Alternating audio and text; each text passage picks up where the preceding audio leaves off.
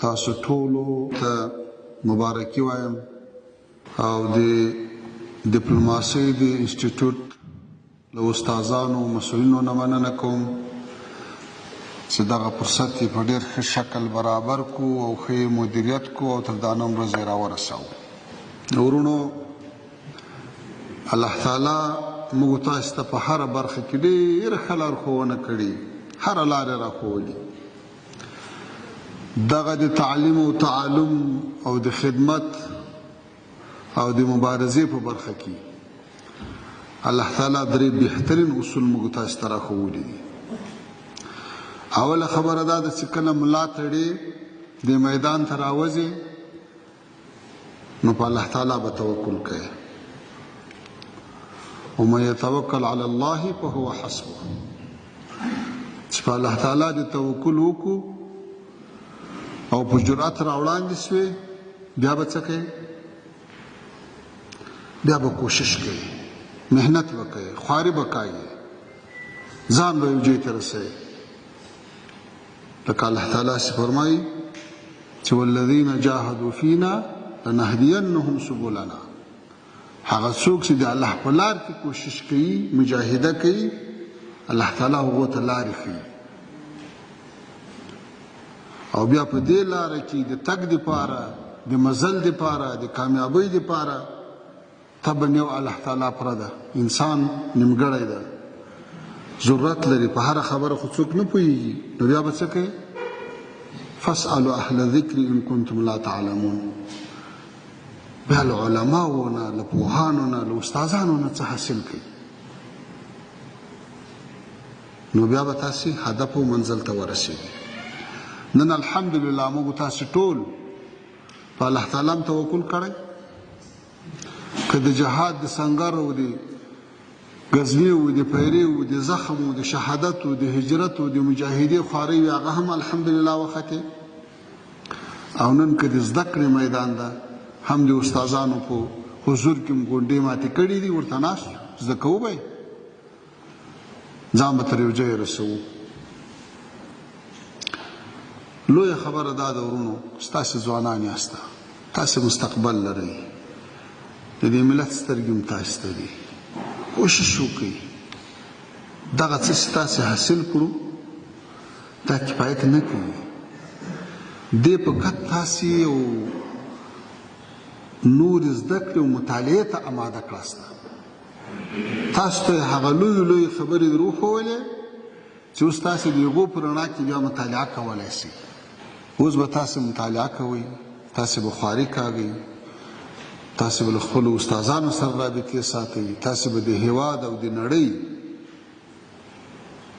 سیاسي و، نظامي و، امنیتي و، اقتصادي حالات ټول څارئ تر څو د تاسې استعدادونه وده وکړي.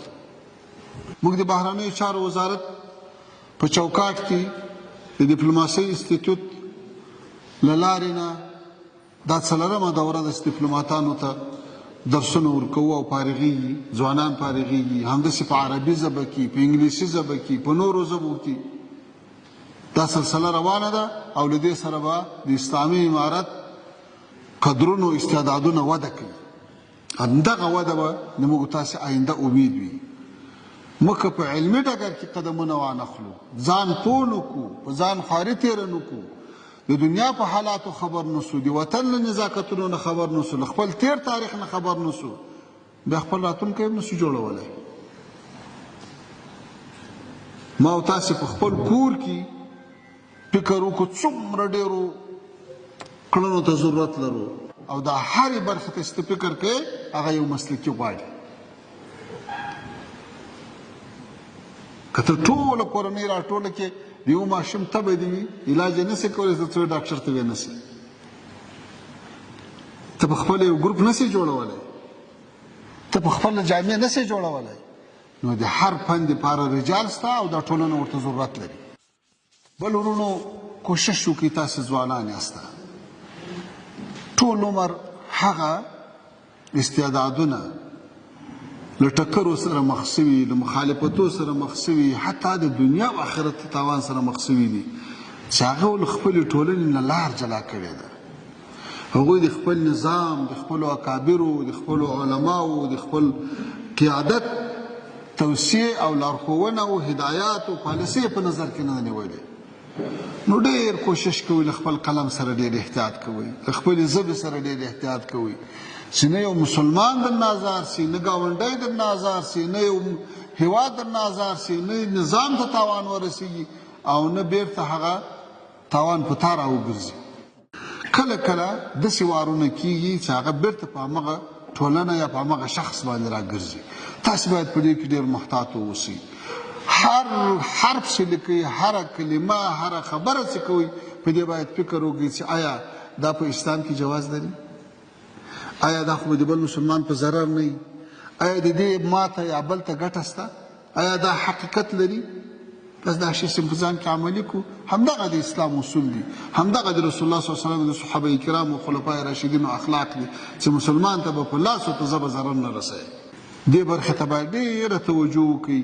په هغه خپل ذهن کې چې یو شی در وګرځي هغه یې وارې هغه عمومي فلټر ته اچوئ چې ودرې نور خلک څه وایي، بیا اقدام کوئ، بیا څه وایسته، نو به له ډېرو بدبختیو الله تعالی نجات درکړي. ځکه څو دې توان رسي په لوی دریاب کې ګرځه، په ویالې کې د زوال وینم نهنګه.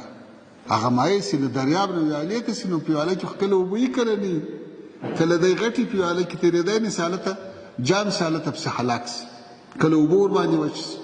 موږ تاسې باید وحدت ته کار وکړو. موږ تاسې باید آینده افغانستان له شره وساتو، هم له داخلي شره هم له بهرني شره. دا مسؤلیت ده، الله تعالی به پوښتنه راچکوي.